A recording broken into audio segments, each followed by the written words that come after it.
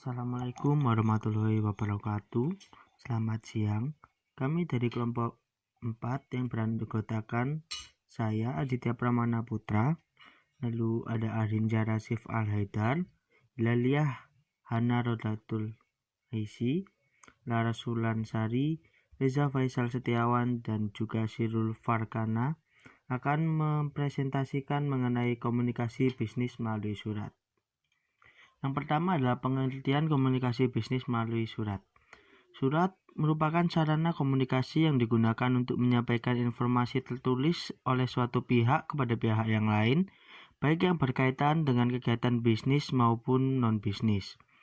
Surat bisnis sendiri adalah surat yang digunakan orang atau organisasi untuk menyampaikan informasi tertulis dalam kaitannya dengan penyelenggaraan kegiatan bisnis. Korespondensi adalah komunikasi antara seorang dengan orang yang lain, antara seorang dengan instansi atau sebaliknya, antara seorang dengan organisasi atau sebaliknya, antara instansi dengan instansi, antara organisasi dengan organisasi, dan sebagainya, yang menggunakan surat sebagai sarana. Dari penjelasan di atas dapat disimpulkan bahwa korespondensi bisnis adalah suatu kegiatan korespondensi antara satu pihak dengan pihak yang lain, baik secara perorangan maupun lembaga yang berkaitan dengan dunia bisnis. Yang kedua ada fungsi penulisan surat bisnis.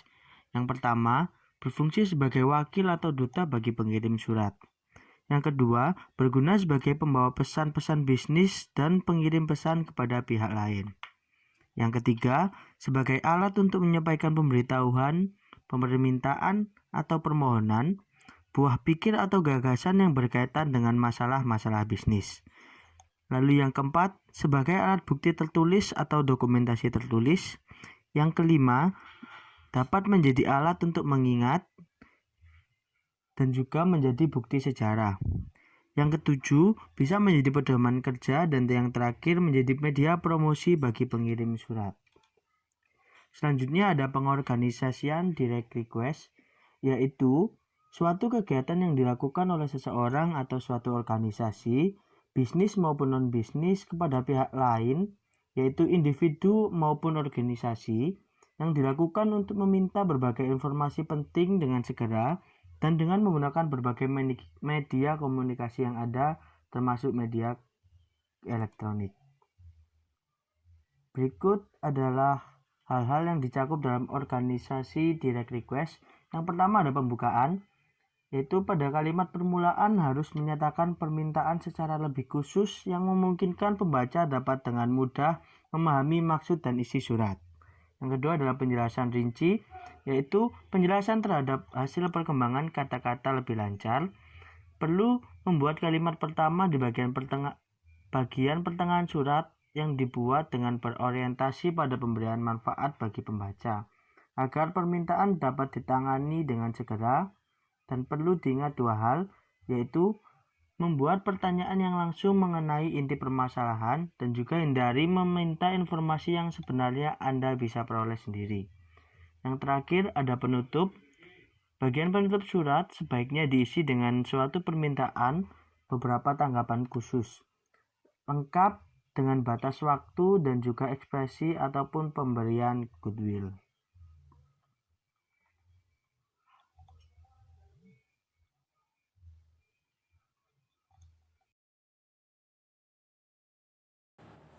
Selanjutnya ada permintaan informasi rutin. Surat permintaan rutin mempunyai potensi untuk membentuk suatu kesan positif atau citra baik bagi suatu organisasi perusahaan.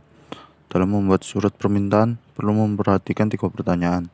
Yang pertama ada apa yang ingin diketahui, lalu mengapa hal tersebut perlu diketahui, dan yang terakhir mengapa hal ini dapat membantu.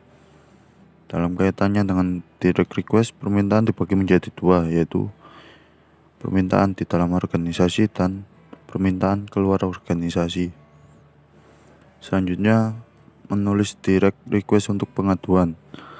Hal-hal yang perlu diperhatikan dalam penulisan surat pengaduan yaitu pertama, jelaskan masalah yang Anda hadapi, apa yang menjadi keluhan atau masalah Anda yang berkaitan dengan pembelian suatu produk dan jasa. Yang kedua, lampirkan informasi pendukung seperti faktur pembelian. Untuk lebih memperkuat surat pengaduan, Anda harus memberikan bukti-bukti atau dokumen-dokumen pendukung. Yang ketiga, usahakan ada surat Anda tidak marah atau emosional. Dalam membuat surat pengaduan, usahakan untuk bersifat rasional dan tidak bersifat emosional. Dan yang terakhir, permintaan tindakan khusus. Dalam surat pengaduan yang Anda buat perlu dikemukakan apa saja harapan atau keinginan Anda di kemudian hari terhadap adanya pengaduan tersebut.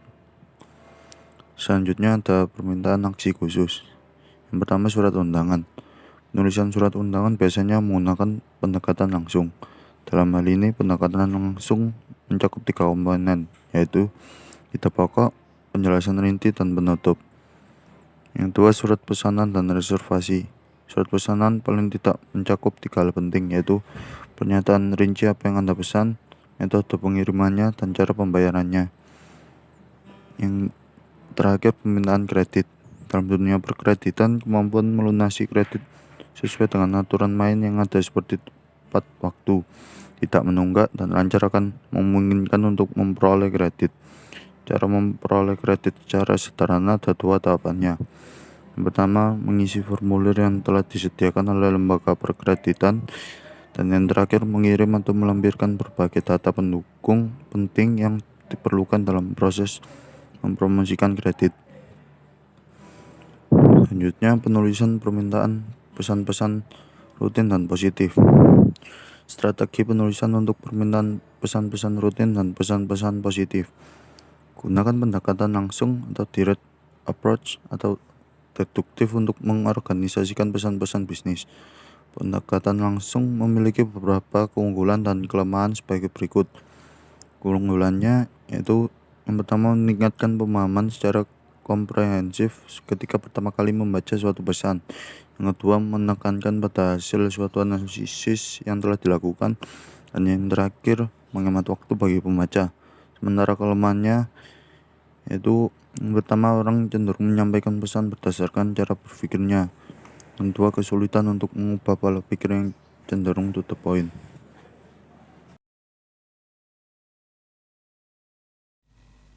Strategi permintaan pesan-pesan rutin. Penulisan pesan-pesan rutin dimulai dengan pernyataan ide pokok dengan mengemukakan secara tegas apa yang diinginkan. Usahakan pernyataan awal lebih spesifik, sehingga mudah dipahami oleh pembaca. Selanjutnya, ikuti penjelasan yang lebih rinci tentang bagaimana dan apa permintaan pesan-pesan rutin yang dikehendaki.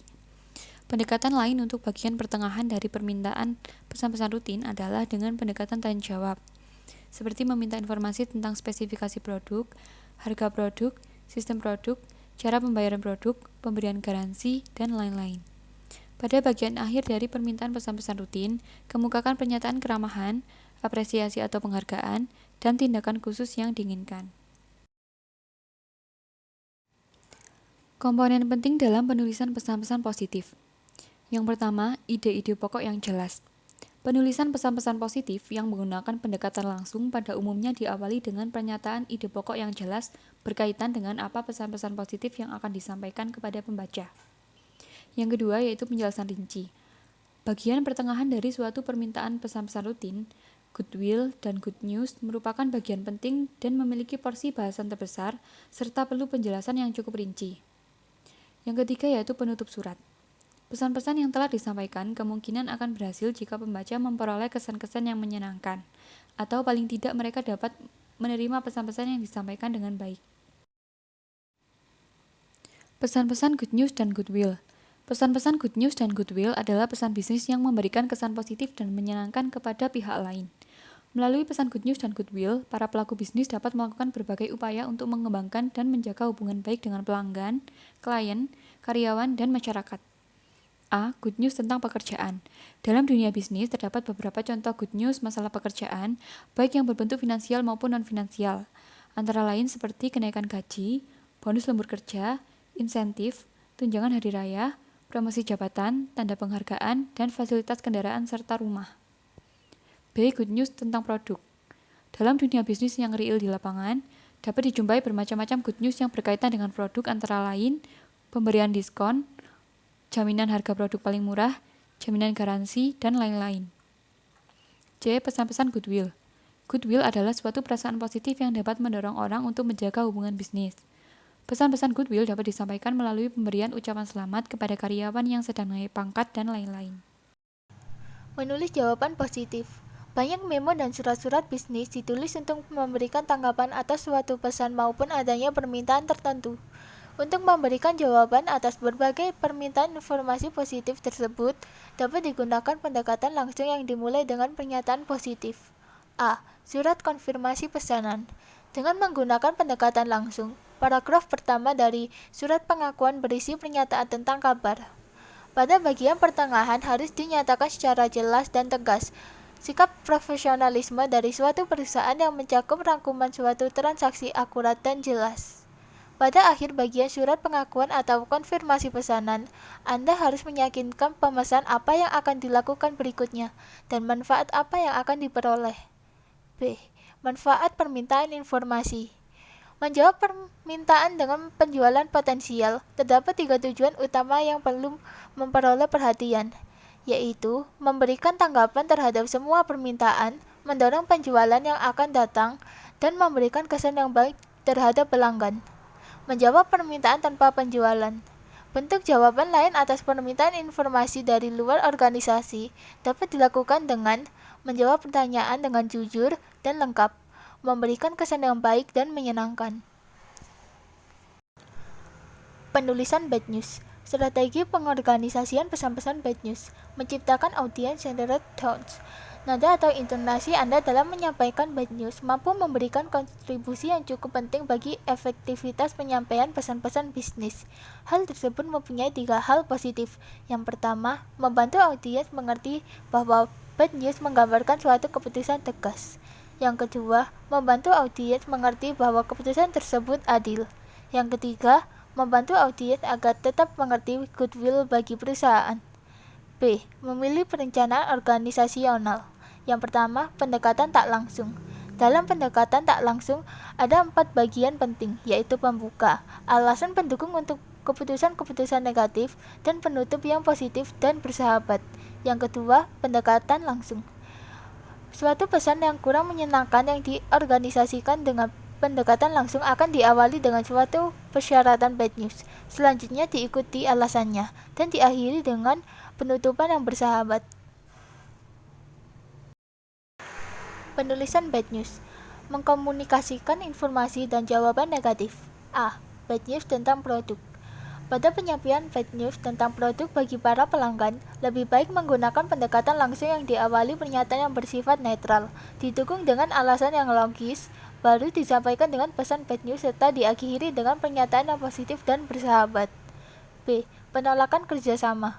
Apabila ada seseorang yang meminta informasi atau partisipasi dalam suatu kegiatan tertentu, maka kita tidak bisa memenuhi permintaannya. Dapat digunakan pendekatan langsung ataupun tidak langsung. C. Penolakan undangan.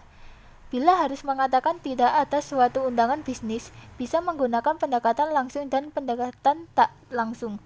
Penggunaan kedua pendekatan tersebut karena sangat bergantung pada seberapa dekat hubungan dengan pihak lain. Yang selanjutnya, penyampaian bad news ke pelanggan. A. Bad news tentang pesanan. Ada beberapa jenis bad news yang bisa disampaikan kepada pelanggan, yaitu yang pertama, Anda hanya dapat memenuhi sebagian produk yang dipesan. Yang kedua, Anda sama sekali tidak dapat memenuhi pesanan tersebut. B. Penolakan surat pengaduan dan keluhan. Dalam melakukan penolakan, sebaiknya perlu menghindari bahasa yang mempunyai dampak negatif bagi mereka.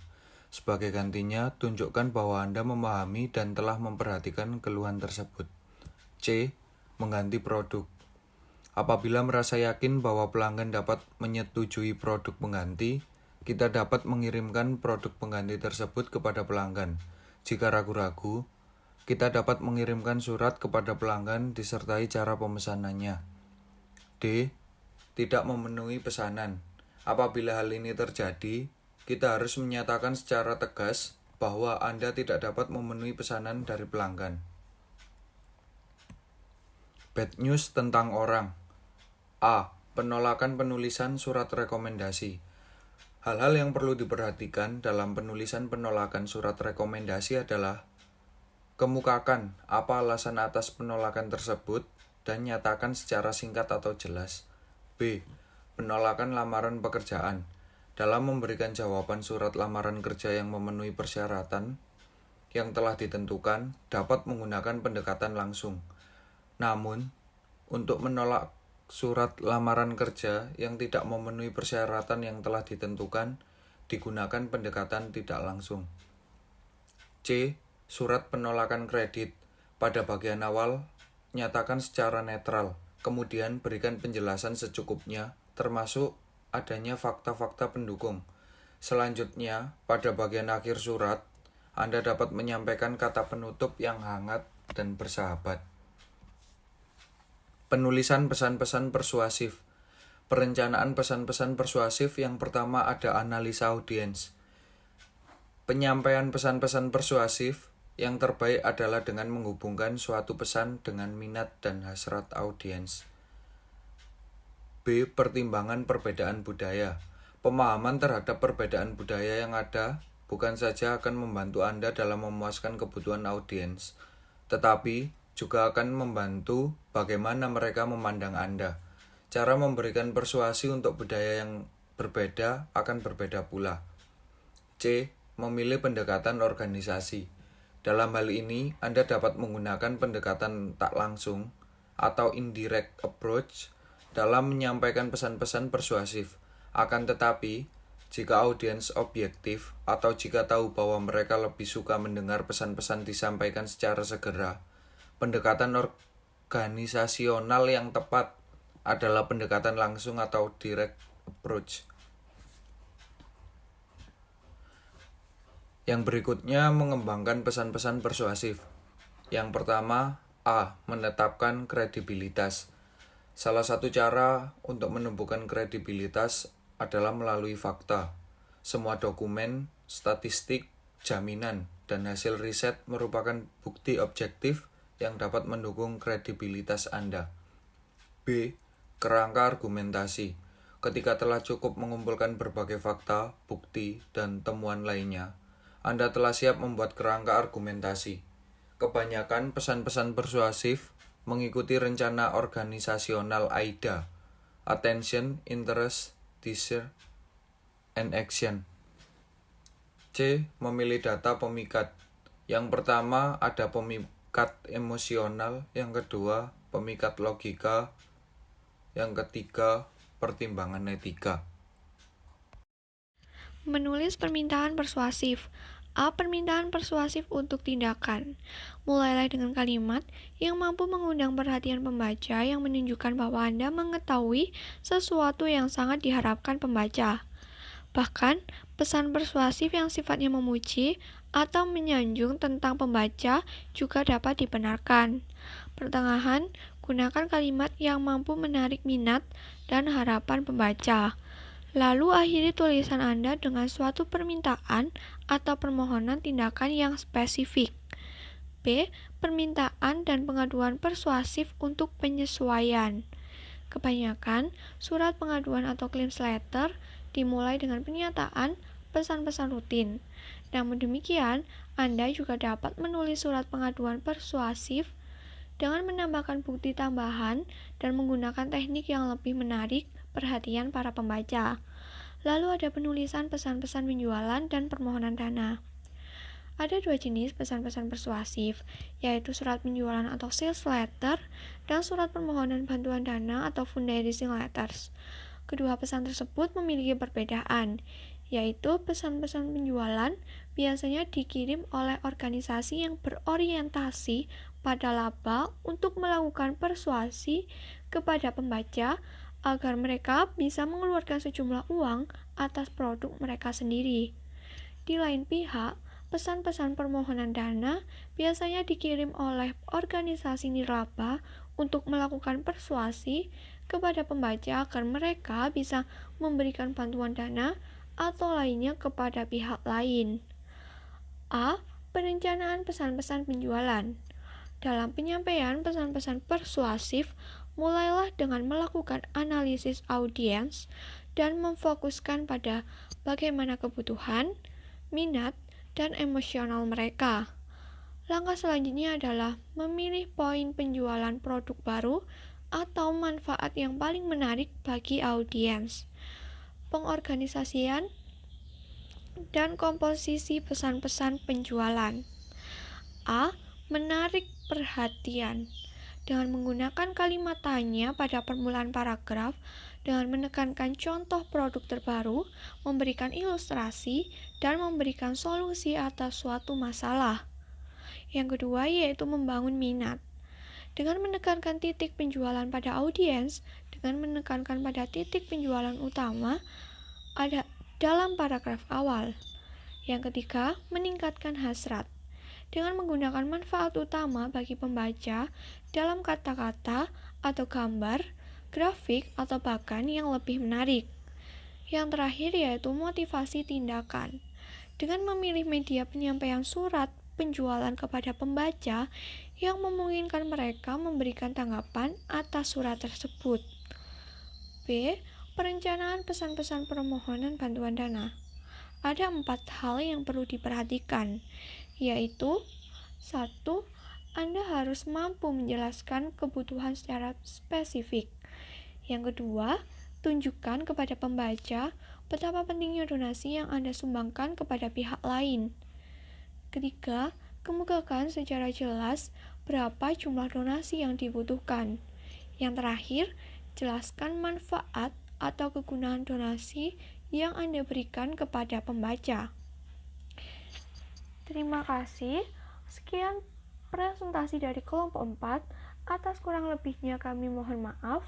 Wassalamualaikum warahmatullahi wabarakatuh.